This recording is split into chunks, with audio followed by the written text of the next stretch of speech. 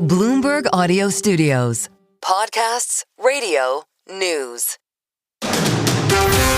You're listening to the Bloomberg Intelligence Podcast.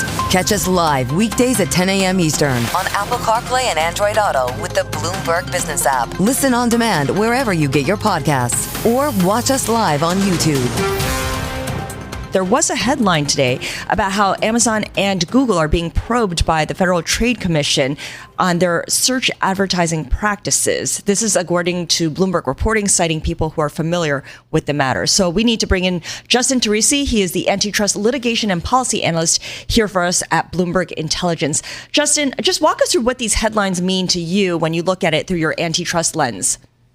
Hi, Scarlet. Happy Friday to you. So, interestingly enough here, this case, it really looks like more of a consumer protection investigation, not an antitrust kind of investigation. So what I mean by that here is that we're really looking at the pricing and the terms that perhaps were set forth by Amazon and by Google in their workings with advertisers, and whether or not that pricing and those terms was misleading in any way. So a different kind of series of facts here from what we're seeing in the antitrust cases around advertising, with a big one coming up in about a week. The remedies trial and the Google ad tech case starts in Virginia very soon. More risk there, if you ask me. But this one here really focused on those pricing policies, it looks like, at those companies. And the remedies here probably nowhere near the kind of breakup risk that we would see in a more antitrust aligned case. That's what I was going to ask, Justin, is whether or not, this makes the case to bolsters the case to break up these tech giants. I also want to make clear that these allegations are now different from what both Google and Amazon are facing. They're facing trials this month, right, with separate lawsuits brought by federal agencies. Yep, that's right. So you're hit the nail on the head there too. This is really more related to search issues and search advertising, which, interestingly enough, that's what we just had that huge remedies ruling on in the Google search case, right? And in that case, there was a lot of discussion in the remedies about increasing transparency in pricing for the text-based search ads, right? So one could actually say a lot of those remedies are already on their way to being implemented as part of that ruling, number one. Number two, yeah, absolutely. The Google case that's pending, that's about open web advertising on websites, the little ads you see when you might go to Bloomberg.com or CNN.com, for example, that pop up on the side, separate and apart from search ads. And then the Amazon trial coming up this month, that's about Amazon Prime terms, right? And whether or not there was misleading kind of behavior in how that was sold to consumers. We should note that the FTC and Google declined to comment on our reporting, and Amazon did not respond to requests for comment. So, Justin, when you look at all of this, what does this mean in terms of how much of an overhang this will be for the companies? Is this something that's going to be a month-long investigation or months-long, maybe years-long investigation? Right. And I think the latter, definitely, Scarlet. Right. So I think just now, and great reporting, by the way, as usual, by our colleagues Leah Nyland and Josh Sisko over at Bloomberg News. But I would say, we're really early on here, I think, is the story, if they're just starting to look into these allegations.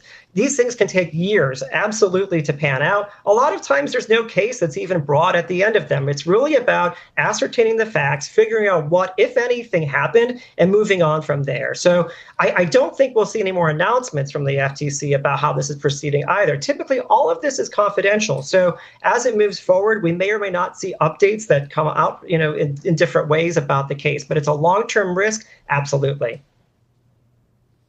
Is this just another example, though, of how the Trump administration is dealing with big tech, do you think, Justin? Yeah, I find this a little interesting too, right? So I think, you look back to the AI action plan that came out earlier in the summer, and, in that plan language, the White House said, hey, FTC, stay away from investigations that might inhibit the growth of AI in any way. So that leads me to believe, are we looking to areas like advertising as a carve out from that messaging, right? Are we looking to different areas of tech? There might be a problem that falls out of that ambit of AI, but it seems like, there is that whiplash, right? Where the White House might have one statement on things, and there might be a visit to the White House, right, by certain CEOs on the other hand, but then you said the FTC pursuing an investigation like this. So there certainly is a back and forth, but I would say if it doesn't fall within the ambit of AI, there still is a possibility and some risk that things could be subject to investigations.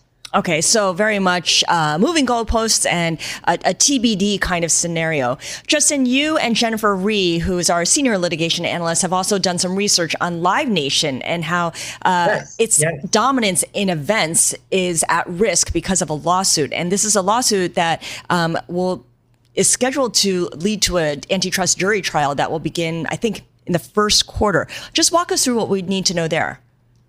Yeah, so I'll defer to Jennifer on the nuts and bolts of that particular case. She's been following from the start. She's really been knee deep in that litigation. But what I will say is that it's not just the courts we're looking at here from the aspect of ticketing, right? Really recently, we've seen legislation introduced at the federal and state levels where we're looking at the secondary marketplace for ticketing too, and what's happening there. Things like increased price transparency for consumers when they're going through that ticket purchasing process, a whole host of issues there, but perhaps capping the fees that are allowed in the secondary sale of tickets. So there's a lot happening in that particular area. You're right. There is the monopolization suit that proceeds next spring. And I think that's going to be a really, bet the company kind of litigation in many ways for Live Nation. But there also is this kind of political risk that's out there too, really more focused, I would say, on those secondary resale ticket resellers. You know what? I'm curious. So have consumers really felt the difference yet when it comes to ticketing and pricing regarding Live Nation? I mean, I know they're sort of embroiled in a lot of lawsuits, actually.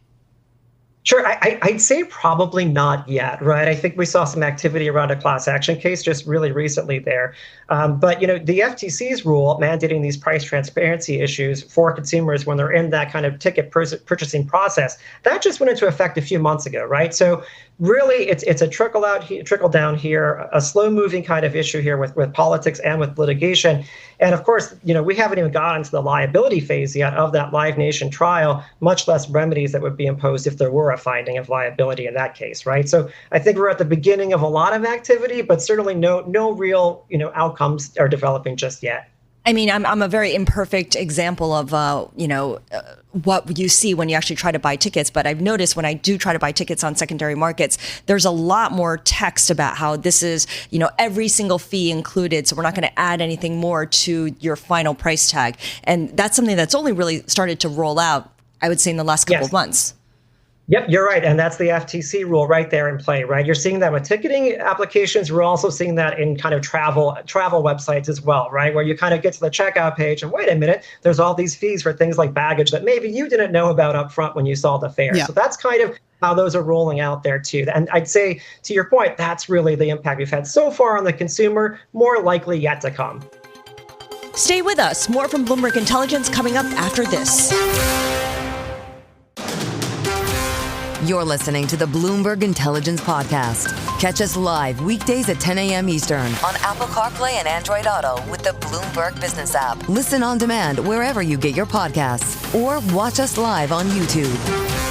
Lots of news in tech. Adobe's earnings beat, OpenAI closer to becoming a for-profit company. I want to break some of this down now with Anurag Rana, Bloomberg Intelligence technology analyst, coming to us from our Chicago bureau. So, Anurag, let's break down Adobe first, because I know it was sort of the stepchild of the AI craze for a long time, but I think with this earnings report, it sort of has Wall Street rethinking that. Yeah, no, it's still the stepchild. It's still not up. I mean, you could see that, imagine what would have happened even if they would have missed the numbers. So this is definitely the one that has the biggest AI cloud in terms of being disrupted. And it's going to take some multiple quarters like this for people to get comfortable with the story. I think last night they showed really good numbers, really good AI adoption, but they really have to continue to do that for a long period of time. I think you hit it on hit the nail on the head, that it's going to take multiple quarters of this to convince Wall Street that this is a story where Adobe has figured out AI and how to monetize off of it. Up until this point, and until very recently, it feels like investors were souring on app software makers. Why is that? And how does Adobe's results start to push back against that idea? See, again, that halo is not going to, go for multiple quarters. The concept is very simple. Because of large language models, you can spin up a software very quickly, which means if you don't need to go to app software vendors, whether it be Salesforce, Workday, or any function that you're looking at where your large language model can do for it. we think it's a bit false narrative over there, but it's going to take some time again for people to get comfortable. We think it is not going to be easy to get rid of the system of record for finance, for HR, for sales. People are not just going to get rid of those software and just put in a prompt and let somebody take care of it. So, but again, the software industry is declining right now. That is not tied to AI, but that has to do with macro spending being bad, the overall economy being bad when it comes to enterprise IT spending. So I think those are the two opposing factors that are happening there. Adobe's results do help them a little bit, but I think it's going to be multiple years before we get comfortable with that. Anurag, I want to switch gears and talk a little open AI because we know the company is trying to move closer to becoming a for-profit company. We know that it is, facing criticism from Elon Musk, who's accusing the company of defrauding investors about its commitment to its charitable mission. Just tell us how this might work. How might this conversion work? Yeah, so again, we don't have any details of what happened, but the only good thing is that Microsoft and OpenAI have, in principle, agreed that they will move forward with this. The question, for us, the biggest thing is, will Microsoft still have access to OpenAI's, top of the line models or not? So that's the biggest thing. And second, what kind of revenue share they will have with Microsoft on the inferencing side. So when people are using more ChatGPT, whether that operation will run on Microsoft Cloud or not. So those are the things. And we think Microsoft will be willing to give some equity for these kinds of deals, for these two factors. And, that would be in the best interest of Microsoft shareholders. Let me ask you about something else that John had mentioned, which is about Apple delaying the launch of its new iPhone Air in mainland China. These are regulatory approval issues that are holding that up. Is that on the side of the U.S. or on the side of China? And how big of a knock is this on Apple's revenue line? Yeah, it sounds like it's more from the China side of it. Now, the big question is, what happens is the iPhone's going to be available, a week from now. So from September 19th to October, 31st is, you could say, a few days of revenue recognition of the newest model that you get in the current quarter. Most likely that gets pushed out in the next quarter. So that's the only difference it's going to have. I know it's for the Chinese users who are looking forward to this phone, they may not get it in the next 10, 15 days. But, I don't think it's going to be longer before they'll be able to get that.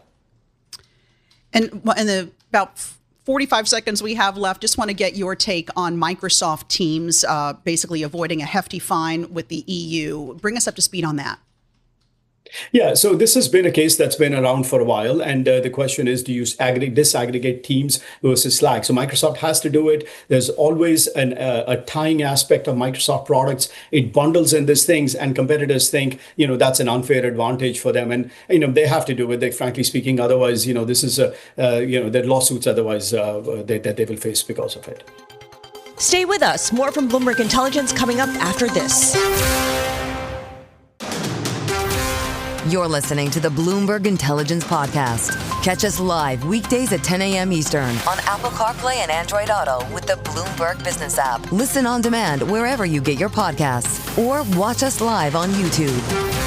I'm Alexis Christoforous along with Scarlet and Paramount Skydance. Boy, wasting no time when it comes to making acquisitions, right? The Hollywood studio taken over just last month by the independent filmmaker David Ellison, now reportedly preparing a bid for Warner Brothers Discovery. And Wall Street seems to like the news because Warner Brothers up about 14% right now. We've even got Paramount Skydance on the plus side by nearly 3%. Let's break it down with Geetha Ranganathan, Bloomberg Intelligence Analyst on U.S. media. He's watching it all for us from his perch in Princeton. Geetha, great to see you. I guess Bloomberg was the first to report this, but we should make clear no official offer made yet. So what do we know? Yeah, so what we know right now, Alexis, is that Paramount is definitely interested in making a bid for Warner Brothers Discovery. And what's interesting, you pointed out the timing, that's definitely a very, very critical aspect here. The second thing that's very interesting about this offer is that it's going to be for the entire company. Now, the reason I bring that up is because Warner Brothers Discovery was actually planning to split off its different assets. So, the company owns TV networks like a CNN, a TBS, a TNT. They also own one of, the biggest Hollywood movie and TV studios. And of course, they have their, iconic HBO Max streaming platform. So there's a whole, portfolio of different assets there. And they were planning to separate out the TV assets, which have been challenged for the past few years by cord cutting, and separate that out from the studio and the streaming part of the business. And so really what we were kind of thinking was that there would be a lot of M&A interest, a lot of appetite for the studio and streaming portion of the business, just given that, those are kind of the crown jewels of the business, if you will. But having Paramount kind of come in for the entire company is obviously a little bit of a surprise. There's no deal or dollar value yet, though, Alexis. And you are saying, Geetha, that this would, if it were to happen, would be a cash offer, like an all-cash offer? That is what has been reported. It would be a majority cash offering for all of Warner Brothers Discovery. So I'm wondering if Paramount Skydance is interested in all of Warner Brothers Discovery, what might regulators have to say about that? Yeah, normally it would have been a problem, I think. You do have two of the biggest studios kind of combining. It will become a top studio with about a 25% box office share.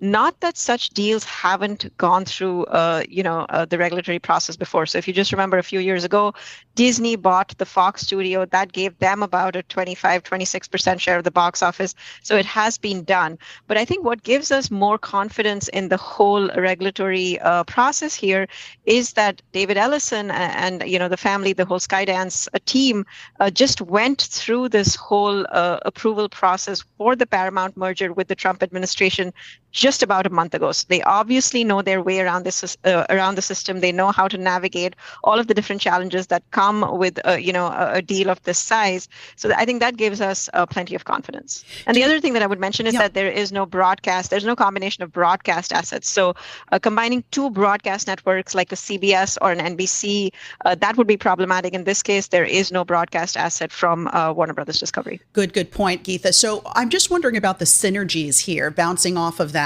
And, would there be a fair amount of overlap in the sense that we may see a bunch of layoffs if and when this deal happens? Oh, that is absolutely bound to happen. So we're actually already seeing that at both companies separately. So remember, Warner Brothers Discovery is actually a combination of Warner Brothers and Discovery, and they had mentioned or they had announced a lot of synergies and a lot of cost savings at the time that they merged those two companies. We're going to see the same thing with Paramount and Skydance, and now when you kind of see this mega merger, there absolutely is going to be a ton of layoffs, just kind of given the duplicative systems in place here. You're talking about a studio business. Again, a lot of positions there can be eliminated. The streaming platforms, the TV networks, you're going to have multiple teams kind of performing the same functions. So yes, we do project something like about $4 or $5 billion in potential cost savings. A lot of those, of course, would be, with the elimination of jobs. So the Hollywood unions definitely would not be happy here. Yeah, I bet. And I just want to ask you a little bit about the market reaction we're seeing. Again, no deal has been made. This is Bloomberg reporting out there that's actually moving these stocks today. Warner Brothers Discovery up about 14%, but we also got Paramount Skydance up about 3%. Usually the acquirer comes under a little bit of pressure. In the 30 seconds I have, why do you think we're seeing both stocks higher? Yeah, that's a really interesting point you bring up, Alexis. The reason we're seeing Paramount trade higher is because, remember, this is a subscale streamer. So they have only about 75 million streaming subscribers right now. Merging with Warner Brothers Discovery really kind of puts them on the map along with Netflix and Disney, makes them a really formidable player. And so this is why we're kind of seeing a lot of enthusiasm for this bid.